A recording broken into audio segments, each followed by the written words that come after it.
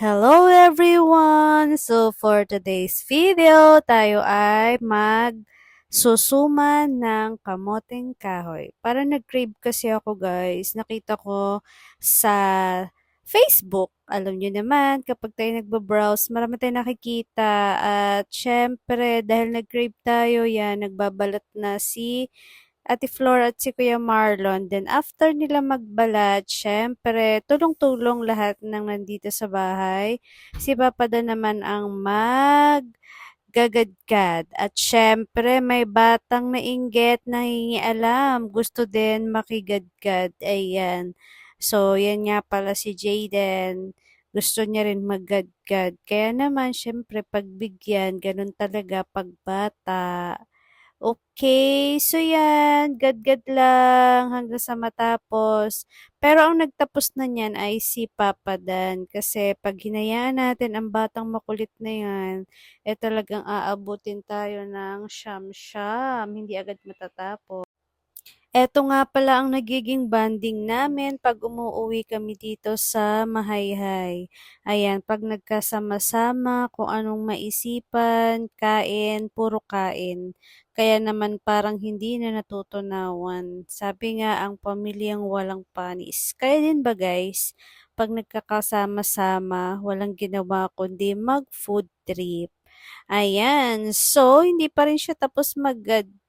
Talaga namang para hindi lang magligalig, ibigay ang hilig. Ayan. So, tumulong na ang tito niya sa likod. Then, after nilang magadgad, ayan guys, hindi ko na na-videohan yung simula ng aking pagbabalot. So, ako naman ang nakatoka sa pagbabalot. So, ayan, madali lang naman yan eh. So, master na natin yan. So, pagpe-prepare, kanya-kanya kami ng gawa para madaling matapos. At habang tayo ay nagbabalot, nanonood tayo ng movie. Ayan, guys. So, sinong nakapanood na dyan ng The Chosen? Ayan. So, maganda siya, guys. Series about kay Jesus Christ. And kung gusto niyo rin panoorin, guys, yan, nasa Netflix. Ngayon, hindi pa ako tapos sa aking pagbabalot. Konti lang naman 'to guys, kaya caring-carry na ng aking powers. Si Ate Flor nga pala yung nasa harap, nagbabantay ng langaw. So, buti na lang hindi karamihan ng langaw ng mga oras na yan kasi nga ang paligid namin dyan, ayan, nakikita nyo naman yung mga tangkal ng manok. Ganun talaga pag sa probinsya. Pero guys, alam nyo ba maulan ng araw na yan? Kaya naman, pag undas talaga, laging umuulan sa Mahayhay. Laging ang lakas ng bagyo, kala mo naman. Pero may bagyo naman talaga sa ibang lugar. Pero hindi naman kadamay ang Luzon ang sa pagkakaalam ko. Ayan, so balot-balot pa rin tayo habang nakapagsiga na si Papa Dan dun sa pugon. Ayan, inaantay na lang nila to. So, natatagalan na nga sila dyan sa pagbabalot ko. Pero wala silang choice kasi ako lang yung gumagawa ng pagbabalot. Ayan. So, habang tayo ay nagbabalot dyan, pinapanood lang tayo ni Ate Flor. Okay, guys. Kayo ba? Marunong ba kayo magbalot ng suman? Actually, guys, eto ay yung pahuli na. Meron talaga yung kasamang makapuno. Ay, hindi.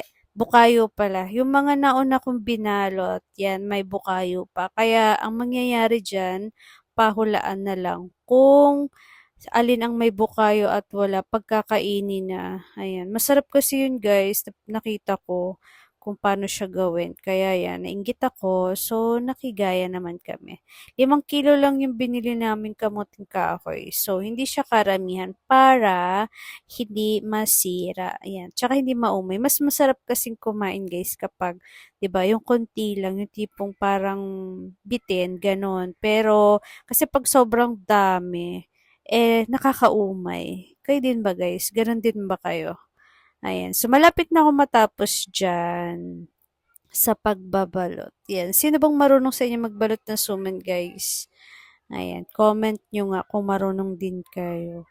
So, ayan. Habang ako'y nagbabalot, grabe, hindi pa rin ako tapos magbalot. Grabe, ang dami.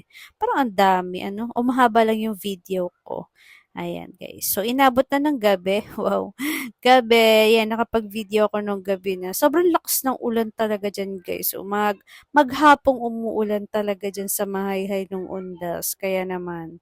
So eto guys, finally, yan pakita ko sa inyo yung aking suma na ginawa. Yan, luto na siya at nakabalik na kami ng Kalamba. Ayan guys. So 'di ba ang sarap? Ayan, may bukayo siya. Thanks God! Thank you for watching everyone. At nakauwi kami ng safe niyan sa Kalamba. Thank you for watching guys. Hanggang sa muli nating vlog. Share ko sa inyo yung mga kain serye natin. Kaya naman tumataba na tayo.